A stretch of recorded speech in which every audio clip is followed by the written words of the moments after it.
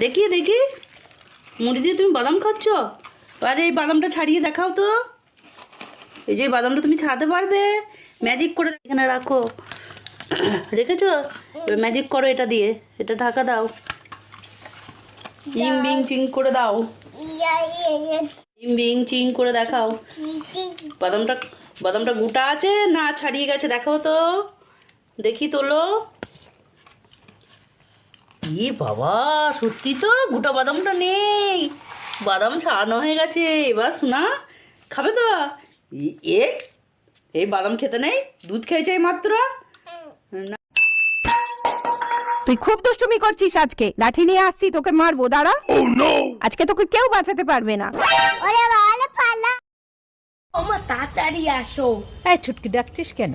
এই দেখো শিয়ালের বাচ্চা। কোথায়? এই যে, কোথায় দেখি?